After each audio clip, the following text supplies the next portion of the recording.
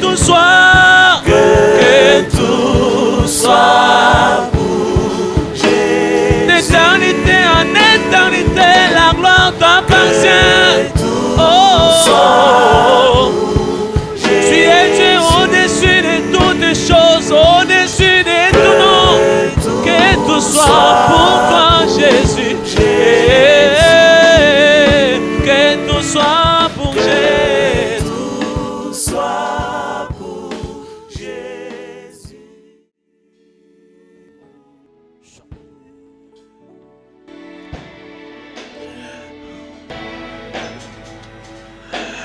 Salut à tous et bienvenue dans ce énième numéro de l'émission Pensée de l'éternité. Une incursion aussi brutale, mais qui nous permet de commencer cette émission aujourd'hui de cette manière. Comme vous le savez, nous l'avons toujours dit dans cette émission, nous sommes à la fin du temps de la fin. Et donc, les plus prudents devront racheter le temps parce que il leur est encore accordé la grâce. Mieux vaut un chien vivant qu'un lion mort. Tant que tu vis, il y a encore de l'espoir. Tant que tu vis, bénéficie de cette vie que tu vis pour ainsi louer Dieu, le servir, parce que le souffle de vie que tu as ne t'appartient pas. Tu n'en es qu'un bénéficiaire. Pensée de l'éternité, c'est cette émission du bureau de coordination des églises assemblées des rachetés vous permet de vous rattacher à l'œuvre et de ne pas perdre du temps. Aujourd'hui, nous recevons encore une fois de plus l'homme de Dieu, notre invité permanent de cette émission, les bœufs de l'Éternel, lui qui vient parler de la part de l'Éternel. Sous les acclamations, nous le recevons et on va donc commencer cette émission d'aujourd'hui.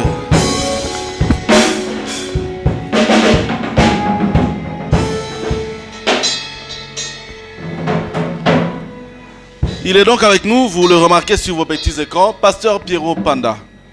Merci. Bienvenue. Merci beaucoup. Merci. Vous allez bien? Oui, Dieu nous garde, nous tenons par sa grâce. La santé n'est pas à expliquer, tout va bien. Tout va bien, Dieu nous fait grâce toujours.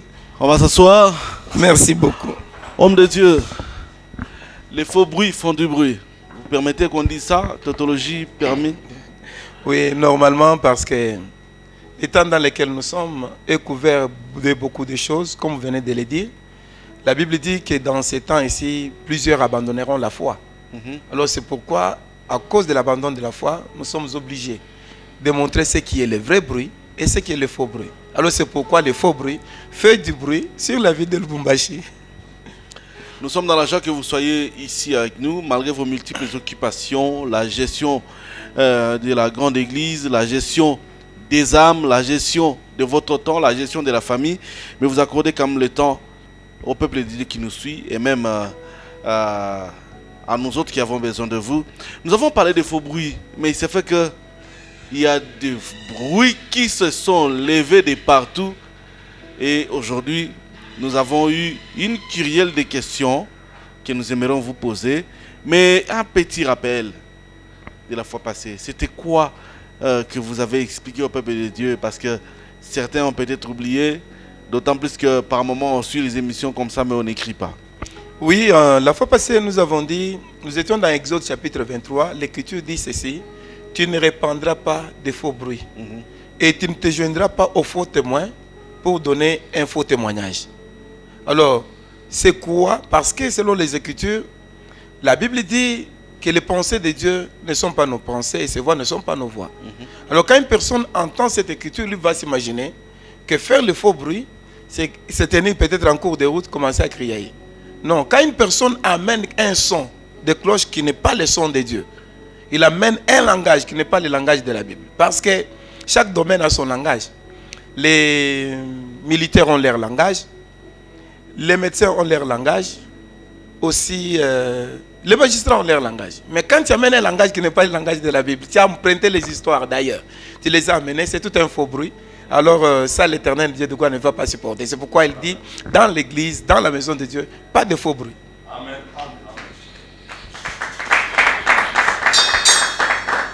Alors, le temps est venu où les vrais adorateurs doivent adorer le Père en esprit et en vérité. Et nous sommes en train de voir les véritables serviteurs de Dieu s'adonner à une course. Pas la course aux gros poissons, comme on en entend parler, mais la course aux âmes, parce que nous devons les ramener vers les pères. Excusez-moi, chers téléspectateurs, parlant des gros poissons, vous savez de quoi je parle. Ou si vous ne savez pas, une petite parenthèse. Aujourd'hui, quand un chrétien qui travaille dans un régime financier quitte l'église, on dit « j'ai perdu un gros poisson ». N'allez donc pas à la recherche des gros poissons, mais venez plutôt, amenez plutôt les âmes fatiguées, parce qu'il est écrit et il est dit « venez à moi, vous tous qui êtes fatigués et chargés, je vais vous donner du repos ». Alors, homme de Dieu, déjà, nous avons des questions. La toute première va dans l'abandon de la foi, dans l'abandon des services, dans l'abandon des lèvres, dans l'abandon même de l'être suprême qui est Jésus-Christ. C'était prévu, c'était prévisible, ou c'est un fait normal de l'Église ou du temps actuel? Oui, vraiment, c'est une très bonne question. Et surtout que nous voulons que le peuple de Dieu se rende compte. Mais, comme nous le disons toujours dans cette émission, la Bible dit, n'est-ce pas, j'ai mis pour toi par écrit les conseils et les réflexions.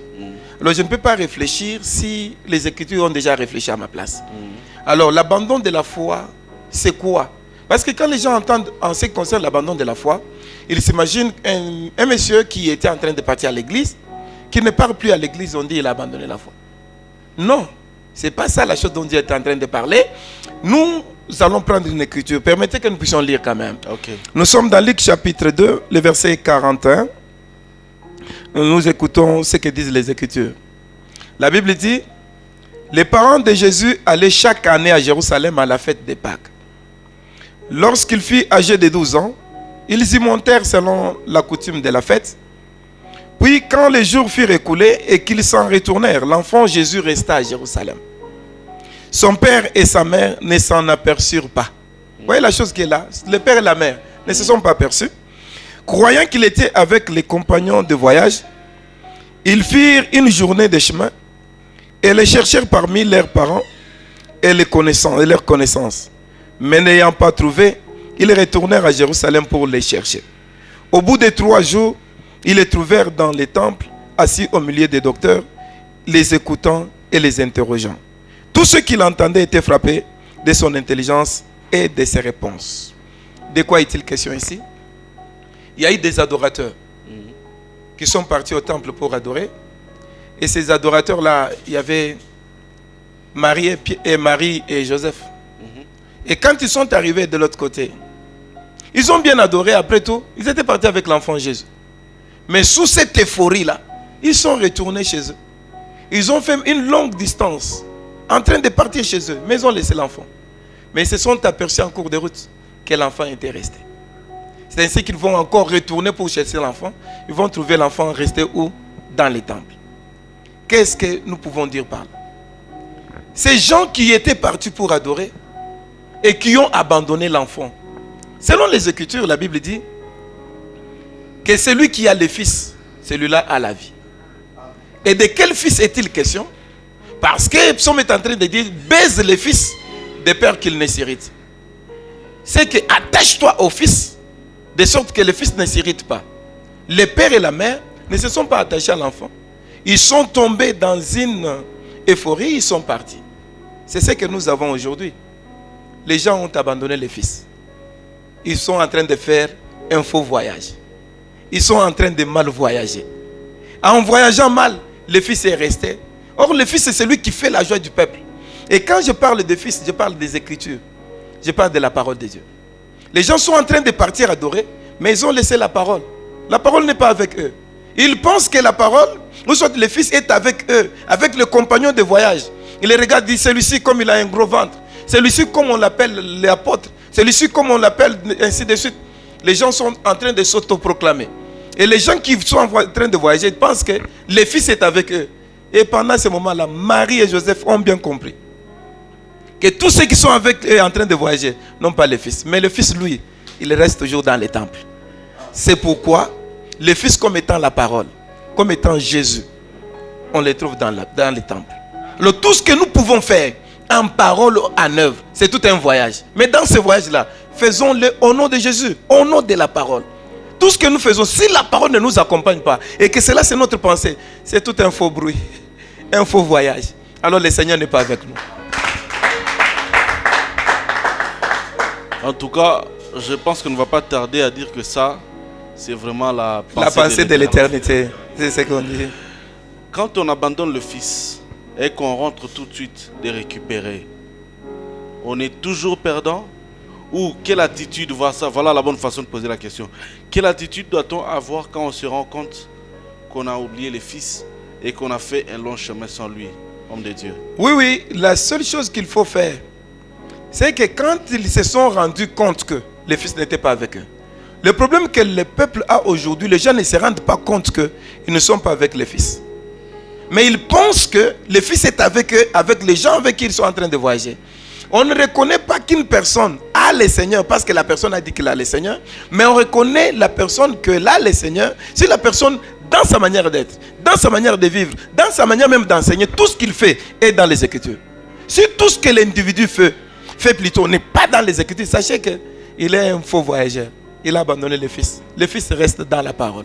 Alors la seule façon de faire, c'est de se repentir, reconnaître que malgré ton titre, malgré tout ce que tu as, malgré tout ça, tu y es tombé, tu dois revenir. Il ne faut pas faire comme les gens du temps de la tour de Babel. Parlons de la tour de Babel. Vous nous avez fait une révélation tout à l'heure. C'était avant l'émission, mais si vous ne l'avez pas gardée pour l'émission, je vous suggère de la soulever. Vous nous avez fait voir que la pierre a été abandonnée, mais on va se rappeler par après que c'était la principale pour l'angle. Explicitez un peu cela. Là, pour ceux qui nous sont en train de nous suivre, ils n'ont qu'à lire Genèse chapitre 11, les versets 1 jusqu'au verset 5. Oui. Qu'est-ce qui s'est passé là-bas? Il y a eu des gens qui voulaient construire une tour. Ils se cherchaient une grandeur. Ils se cherchaient une renommée. Mais qu'est-ce qui se passe? En voulant construire, la Bible dit ceci, à la place de la pierre. Parce que selon Dieu, la construction doit se faire avec la pierre. Mais ils sont partis fabriquer des briques. Au lieu d'utiliser les ciments, ils ont utilisé le bitume. Ils ont construit. Et l'Éternel a regardé leur perversion. Il dit, ça sont des faux constructeurs. Donc ils font du faux bruit. Ils font du faux bruit. Tout celui qui fait quelque chose en dehors des Écritures, c'est un faux voyageur, un faux constructeur. Et sa manière de faire là, ça donne un bruit, mais qui n'est pas un vrai bruit, mais un faux bruit. Alors, en ayant utilisé la brique au lieu de la pierre, ayant utilisé les bitumes au lieu du ciment, l'Éternel a regardé et dit, ils n'ont pas construit. Parce que selon Psaume, chapitre 118, l'Écriture est en train de dire ceci, la pierre qu'ont rejeté ceux qui bâtissaient est devenue la meilleure de l'angle. Les gens ont rejeté la pierre principale qu'on doit utiliser pour construire, mais ils sont en train de construire avec les briques. Les gens vont me poser la question, les briques c'est quoi? Je ne parle pas des briques avec lesquelles nous construisons nos maisons. Les briques, ce sont les raisonnements des gens, les visions des gens. Quand je m'étais endormi aujourd'hui, Dieu m'a dit qu'à partir d'aujourd'hui, on doit se raser. Alors tu vois, toute l'église se rase la tête parce qu'il avait vu en vision.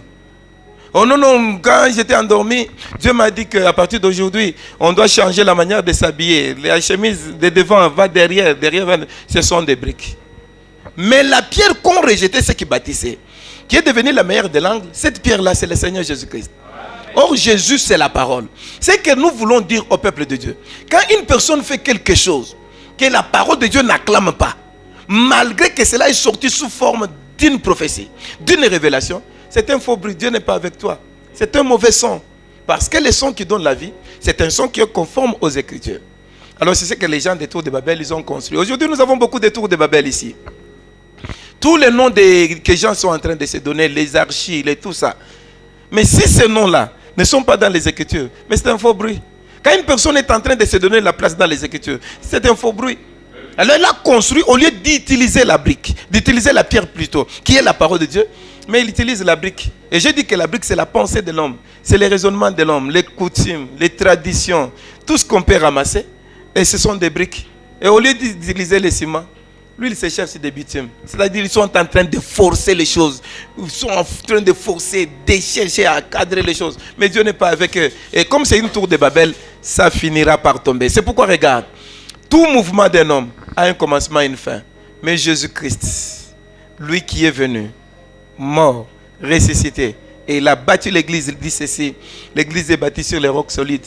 Aucun homme, même les portes de Hades, ne pourront jamais le prévaloir. L'église tient debout parce que la Bible dit que l'église, c'est la colonne et l'appui de la vérité. Dans l'église, on doit trouver la pierre au lieu de trouver la brique.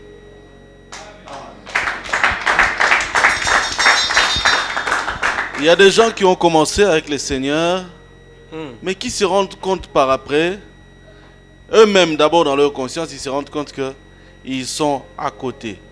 Mais ils ont des gens qui les suivent, 300 fidèles, 400 fidèles, 500, 70 ou je ne sais moi 1500. Mais ils se disent, si j'ose me dire par rapport à ce que j'avais dit, ils peuvent partir. Oh, il y a des gros poissons ici, entre guillemets. Ils font quoi ce genre de personnes? Parce qu'aujourd'hui nous sommes, comme nous l'avons toujours dit, d'ailleurs vous venez de le dire, une pierre jetée doit nécessairement tomber. Au cas où elle ne tombe pas, c'est que c'est une autre forme d'oiseau. Alors, parce qu'ils ont commencé, ils se disent, Nako tikate, son atiki ba okende, na o vivre te. À cette personne-là, Dieu vous a donné un message. Docteur Pierrot, permettez-nous de vous appeler comme ça même si vous ne le voulez pas. Moi, je suis un simple pasteur, le pasteur Pierrot. Nous disons ceci. Dans les Écritures, il y a des exemples, les gens. Il y avait un de leurs écoles. Son nom, c'était Nicodème. Mais il s'était rendu compte que tout ce qu'il faisait là, c'était de la brique au lieu de la pierre. C'était sa pensée. C'était toute une coutume, l'habitude. On ne sert Dieu, pas Dieu par habitude. Non, jamais. Mais quand il a compris que c'était l'habitude, il a pris la résolution de suivre Jésus de nuit. Ça veut dire en cachette. Ils ont tout intérêt de suivre seulement la parole, de suivre le Seigneur en cachette et venir chercher l'orientation du Seigneur et de retourner et faire leur travail. Mais la seule chose que Dieu ne détruit pas, c'est là où il y a la pierre. Parce que la pierre, c'est un fils du rocher. On ne peut pas voir la pierre si le rocher n'a pas existé. Or, la Bible dit, notre Dieu, c'est un rocher d'âge. Comme il est le rocher d'âge, celui qui sort de lui doit être une pierre. C'est pourquoi Dieu, le rocher d'âge, il nous a donné, comme on a dit, le rocher d'âge a tant aimé le monde, qu'il leur a donné sa pierre. Afin que quiconque la prend n'ait pas hâte de fuir.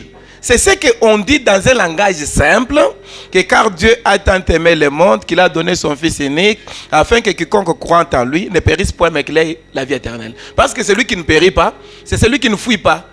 Alors maintenant, le rocher d'âge, ce rocher-là que Moïse avait frappé pour qu'il donne de l'eau, pendant qu'on l'a frappé, le rocher, en libérant de l'eau, il a libéré une pierre. Et cette pierre-là, c'est celle qui nous sert pour construire. Quand je parle de la construction, je parle de la prédication. Je parle de la vie. Toute vie ici sur la terre, c'est une construction. C'est pourquoi l'apôtre Paul dit, nous avons posé le fondement comme un sage architecte. Dans tout ce que Paul a prêché, il n'a jamais parlé d'un homme, si ce n'est du Seigneur Jésus-Christ. Mais regardez aujourd'hui, partout où vous allez. Avant de parler de Jésus, on parle du prophète King, on parle du pasteur King, on parle de l'évangéliste King. Tout tourne autour d'un nom. Non. Quand vous posez les fondements, pour que la foi soit effective, il faut que le seul nom du Seigneur Jésus-Christ soit posé. La seule pierre que le rocher, qu'on appelle Dieu, a donné à l'humanité pour que nous ne puissions plus fuir. Parce que dans le jardin d'Éden, Adam avait fui à cause du péché. Mais depuis l'arrivée de Jésus, la fuite est terminée. Nous sommes posés. C'est pourquoi il a dit aux femmes qui étaient en train de pleurer, il dit, si vous avez compris quand même que ces choses qu'on fait, on le fait au bois vert, à un arbre vert, l'arbre qu'Adam avait perdu dans le jardin d'Éden, vous n'allez pas pleurer. Si on fait ces choses à moi, qu'en est-il de vous? Pleurez pour vous et pour vos enfants. Pleurez pour vous, pour vos enfants. C'est ce que Marie et Joseph ont fait. Ils se sont rendus compte. C'est que le peuple de Dieu doit se rendre compte que toute chose qu'on leur pousse à faire, Si cela n'est pas soutenu par une écriture, sachez que cela c'est une brique. C'est un faux bruit. Et le Seigneur n'est pas derrière. Ça, c'est la pensée de l'éternité. Effectivement, la pensée de l'éternité, c'est le pourquoi, le comment, le quand, le où, de chaque chose dans les Saintes Écritures. Alors, il n'y a aucune question qu'un homme puisse se poser qui ne trouve pas de réponse dans les Écritures. C'est pourquoi la pensée de l'éternité est venue pour éclairer tout un chacun. Et d'ailleurs, j'aimerais anticiper pour dire, leurs questions sont les bienvenues.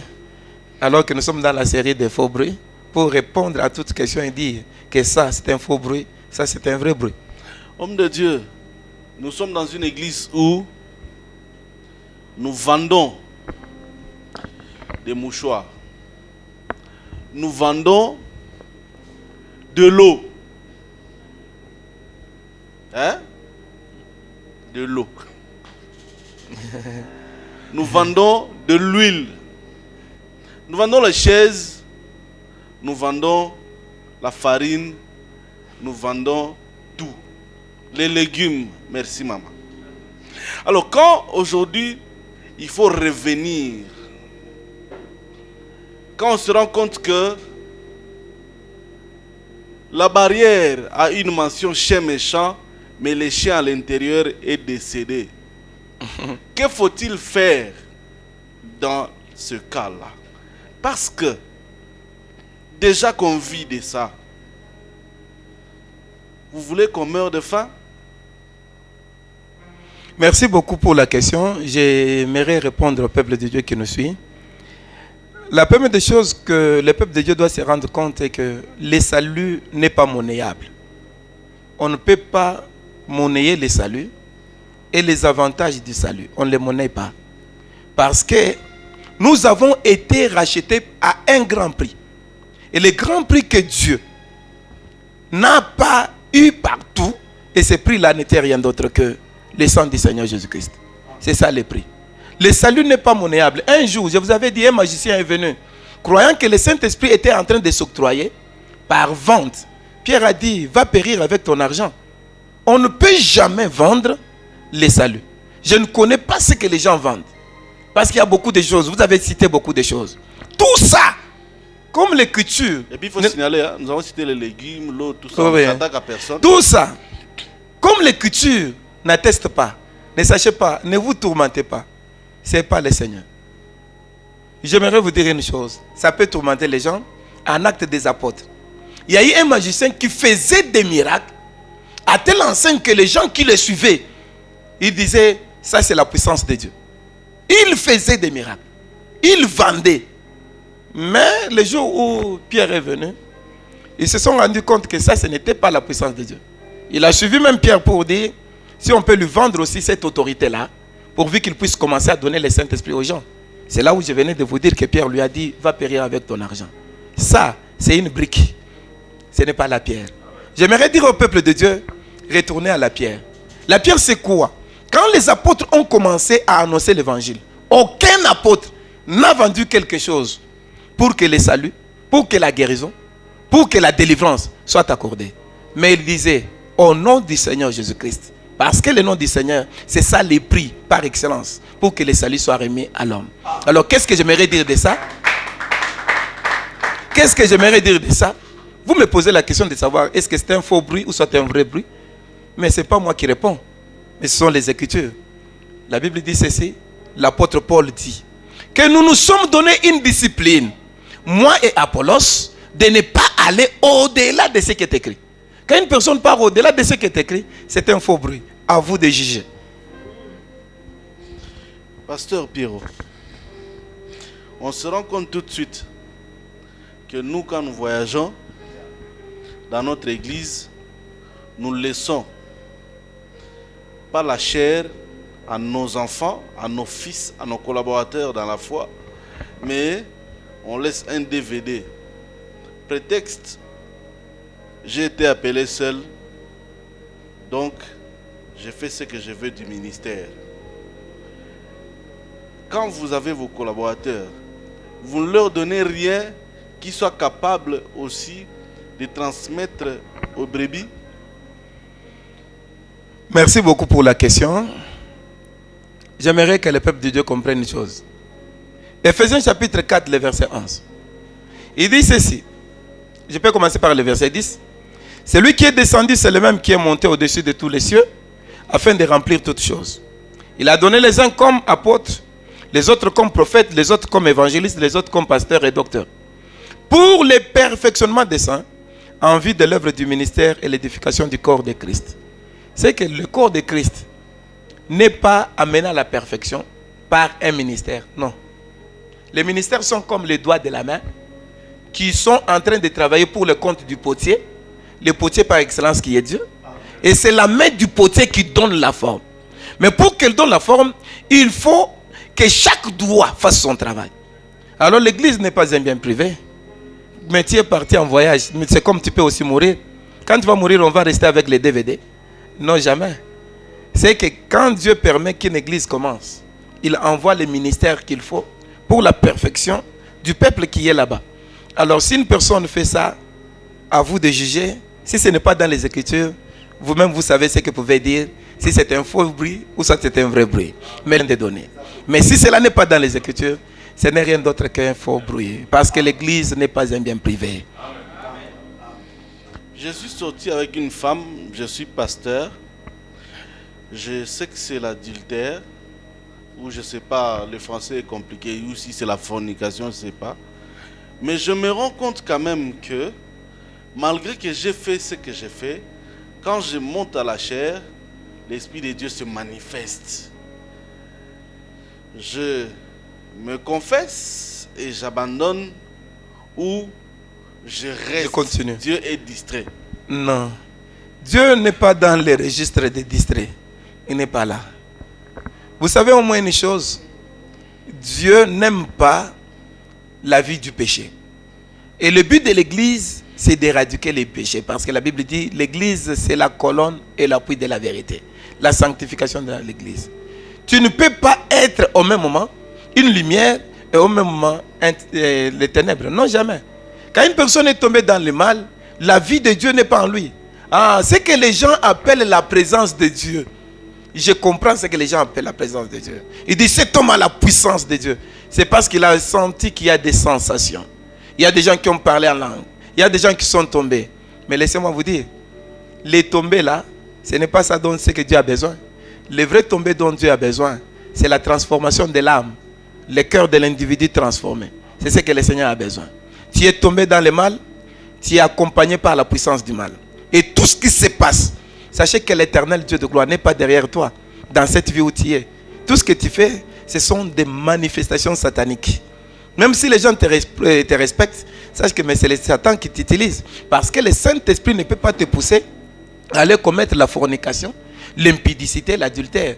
Et laisse-moi te dire une chose, à tous ceux qui sont en train de nous suivre, enlevez ça, c'est une brique, ce n'est pas une pierre.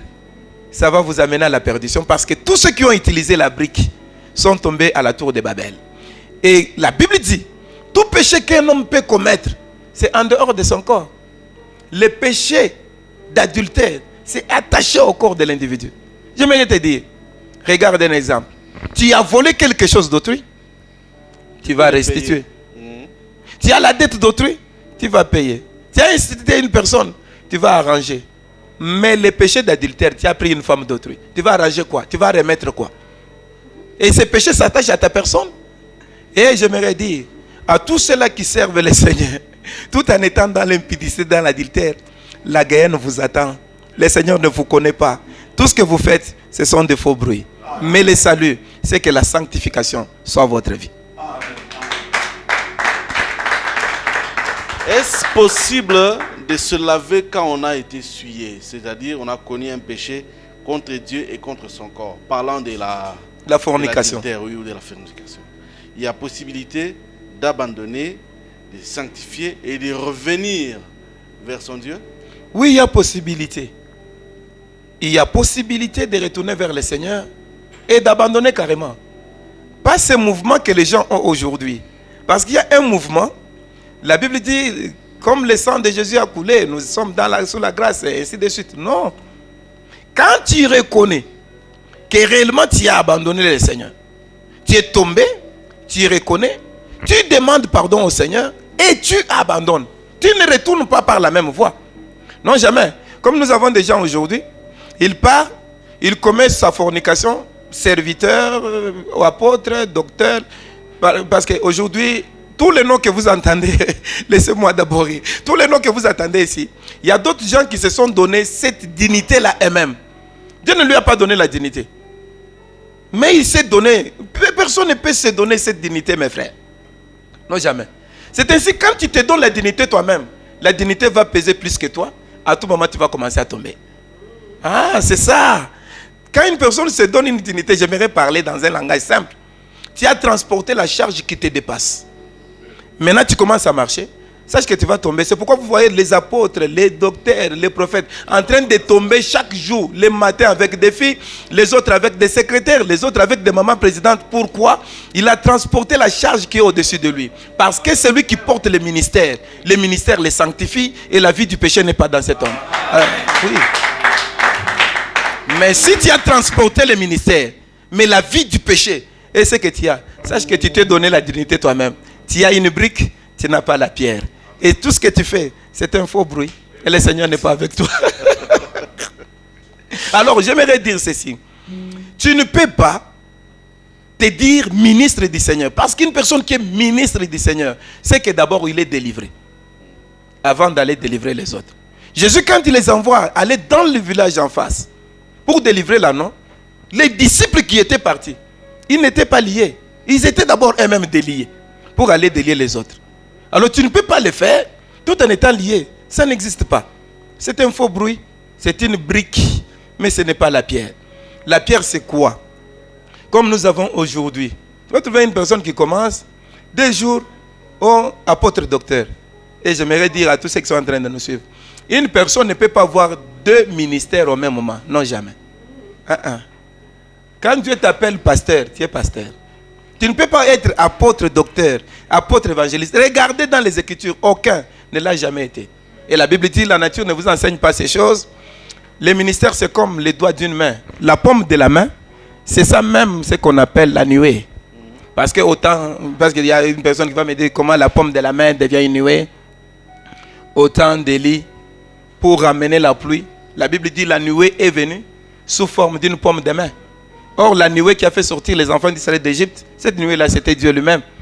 Et quand Jésus voulait partir au ciel, il y a une nuée qui l'a pris. C'est que la pomme-là, c'était Dieu lui-même qui venait pour visiter son peuple en lui donnant la pluie. Alors maintenant, celui qui est attaché à Dieu, ce sont les doigts ici.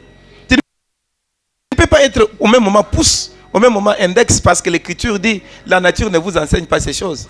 Tout ça, à la recherche de beaucoup de briques pour construire une tour de Babel. Mais tu vas disparaître.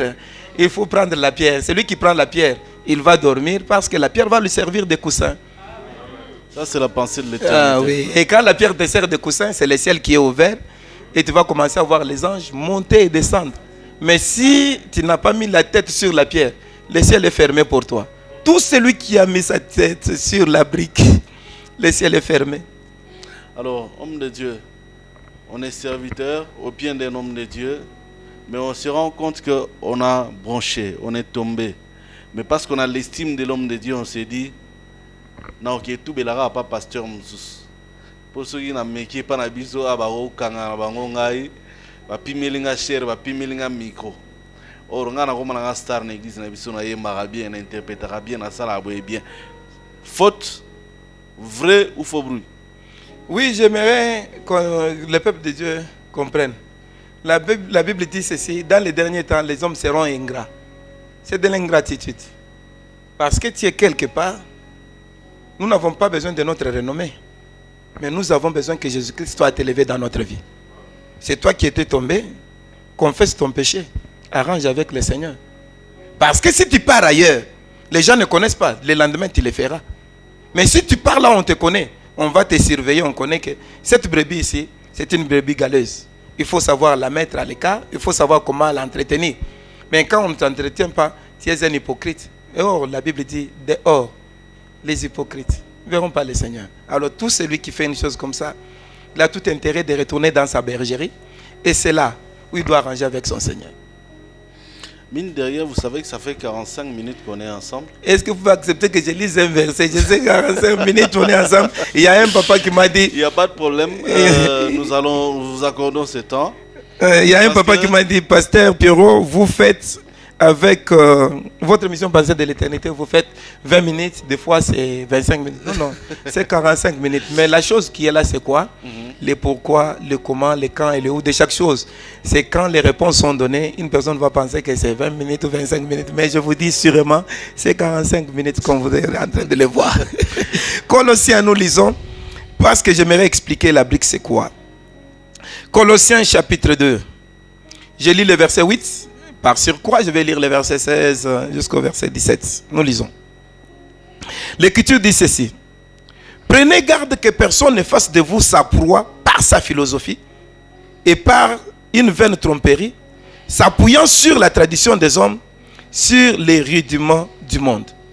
Aujourd'hui, la plupart des gens que vous voyez, on les amène à gauche, à droite. On les amène payer ceci, vendre ceci. Vous savez c'est quoi? Ces gens-là sont pris comme des proies par la philosophie des gens. Or, la parole de Dieu, c'est ce qui doit nous prendre. Mais pas la philosophie des gens, par une vaine tromperie. Qu'est-ce qu'on appelle vaine tromperie? Ce sont les faux bruits. Tout ce que l'Écriture ne confirme pas. C'est une vaine tromperie. Mais écoutez la suite, la Bible dit ceci. Le verset 16. Que personne donc ne vous juge au sujet du manger ou du boire, au sujet d'une fête, d'une nouvelle lune ou de sabbat. C'était l'ombre des choses à venir, mais le corps est en Christ. Écoutez le verset 18. Qu'aucun homme, sous l'apparence d'humilité. Et vous savez, l'apparence d'humilité aujourd'hui, c'est quoi? Quand on t'appelle révérend, bishop, je ne sais pas tous les noms qui existent. Avec l'archibishop, quadrabishop, tout ça. Et par un culte des anges, ne vous ravisse à son gré les prix de la course, tandis qu'il s'abandonne à ses visions. Je mets une virgule là-bas. Tous ces gens que vous voyez acheter des mouchoirs, tous ces gens que vous voyez acheter les bonbons à l'église, acheter la braise, les cacahuètes à l'église, tout ça, vous savez, c'est au nom de quoi? Vision. Dieu m'a donné une vision, que pour que tu sois guéri, paye ces mouchoirs. Dieu m'a donné une vision, pour que, ainsi de suite. Toute vision qui croit être inspirée de Dieu, mais qui ne trouve pas son fondement dans les Écritures, c'est une vision de l'ennemi. Parce que la Bible dit, toute Écriture est inspirée de Dieu. L'inspiration par excellence, la prophétie par excellence, que le peuple de Dieu doit chercher d'abord, ce sont les Écritures. Positionne-toi dans les Écritures et le salut te sera donné. Mais quand tu pars t'abandonner à des visions des gens, ces gens-là sont enflés d'un vain orgueil par leurs pensées charnelles.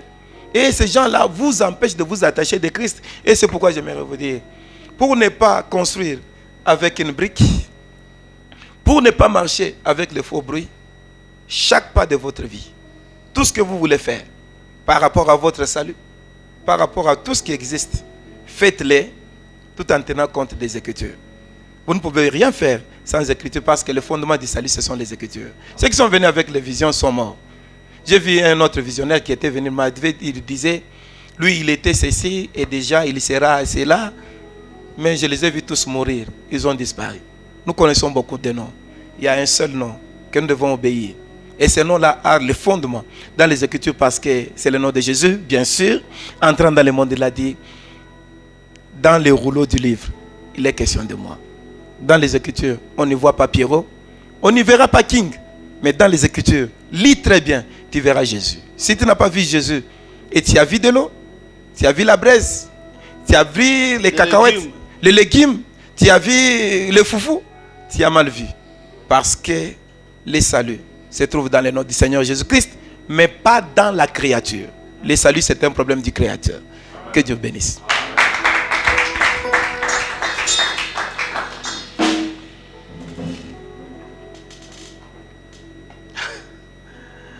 Mesdames, Messieurs, je me rends compte qu'il y a, sur nos 110 questions, on en a répondu qu'à une vingtaine.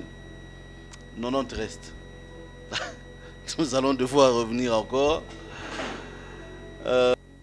Les mots peuvent bien être là, mais les sentiments de les prononcer n'est peut-être pas là parce qu'on a encore besoin d'entendre, mais c'est difficile.